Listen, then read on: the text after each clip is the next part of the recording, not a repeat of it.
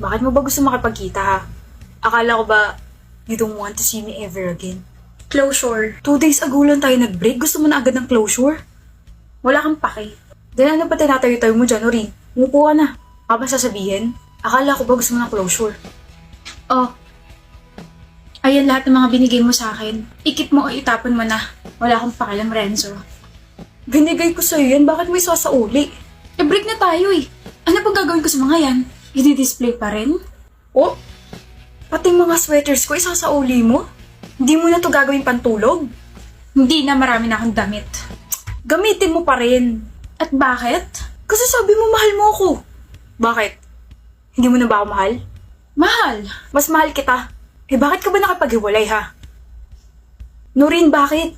Kasi nakita ka may kasamang babae. Niloloko mo ko. Ano? Hindi ko man nakita yung mukha niya pero kasabay mo siya maglakad and you were holding some of her things.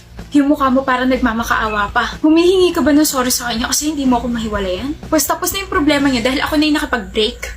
Noreen, I can explain. Wala na tayong dapat pag-usapan pa. Noreen, Huwag mo akong hawakan. she's my prof. I know, right? Huh, Left? Huh? I said she's my prof. Tsaka nakalimutan mo na bang med student ako ha? Malamang marami talaga akong dala. Why? I was chasing and begging her kasi ayaw niya tanggapin yung paper ko. Ah, talaga? Ang galing naman. I mean, wow! Hindi tinanggap paper mo. I mean, Next time kasi, wag agad maghihinala para hindi ka napapahiya, babe. sorry na, okay? Super stress lang talaga ako ng time na yun. Tsaka nung babe ka dyan. Akin na nga to. Ba't ba nasa iyo to ha? Sa akin to mga to. Binigay mo to. I hope may natutunan ka ngayon. Meron. Hindi lahat ng closure na uuwi sa pagka-close na relasyon. Yung iba nagkakabalikan. Hindi ka na, kain na tayo.